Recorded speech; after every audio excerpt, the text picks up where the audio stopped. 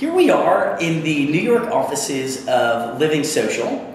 We are here with Maia Josebachvili, who founded Urban Escapes, an amazing company, which we're going to learn about.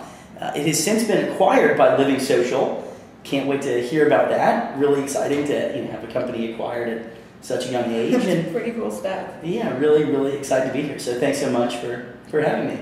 Sure. So, yeah, I guess the first question is, how did Urban Escapes come about? Well, if I had to sum it up in a couple sentences, I'd say I was working on Wall Street at the time, and I was living here in New York, and I was trying to get out of the city every weekend because that's what you do when you live in New York, especially in the summertime. Totally. So, one weekend I'd plan a whitewater rafting trip, a different weekend I'd say we're going camping and river tubing, sometimes we just go to Mexico. And I had go to Mexico. Sometimes, Super close to New York. No big deal. And I had, all my friends would come on my trips, and pretty soon, their friends started emailing and saying, "Hey, I heard you've got a camping trip this weekend. Can I come?" So I was like, "Of course." And next thing I know, I had friends of friends coming on these trips, and before I knew it, it was literally I had these sold out trips. People I didn't even know who just wanted to get out of the city on their weekends. So I actually remember very distinctly, but it was this one night around the campfire, and we're hanging out, and it's all these people I didn't really know, and we're having a great time, and someone's like, "Maia, you need to quit your job and do this full time. This is a job." And, I'm drinking beer and sitting around and talking to all these great people. And I was like, "You're totally right." And that Monday I came in, put in my 2 weeks, and started, a company based on taking people outside and meeting new people. That's so cool. And so how long was Urban Escapes operating before y'all were acquired? We almost 2.5 years before we got the call from Tim, the CEO of Living Social. And so I guess, those 2.5 years, what were some of the best memories? Yeah. So the first 6 months were really, really hard. I was literally living on my friend's couch, not paying rent, and just emailing everyone I knew, and just every person I could get on a trip was a big win at that point. So the first summer I probably took a couple hundred people, but it started really picking up steam and building traction, and I realized that I could not do it by myself. So I brought on Bram, who was my business partner, about 6 months in, and I was just like, "You need to come do this. Yeah. Here's a piece of the company, and come build this with me." So we did that for now bringing it up to a year, and at a year we realized that what we had was great, and we could have it in lots of cities across the country. So we're we should expand. So instead of expanding to one city, we went to 4. Wow. And how did that decision? That seems novel. I don't know. It seems like the logical thing to do would be to expand to one city. Okay. So what was definitely the logical thing to do. What was the decision in just going straight for 4? It was a math problem. We said it is, X amount of work to expand to one city, but it's probably only 2x to expand to 3 more cities. Yeah. So we're it's actually less work per city if we just do all of them at once. So we figured, why not? The model was good, and if we're going to train some people, we might as well train, 6 people rather than 2. So what was the most surprising thing in those 2.5 years? Getting a phone call from Tim, who was basically, we met up, and we had a whole thing planned in our heads. We're Living Social wants to do, some co-branded event that they want us to host for them. And, Bram and I had kind of thought about this. We get to the meeting, we have a couple of beers, and next thing we know, we're "Okay, Tim, what's the big idea?" Yeah. And he's "Well, how would you guys feel about becoming a part of us?"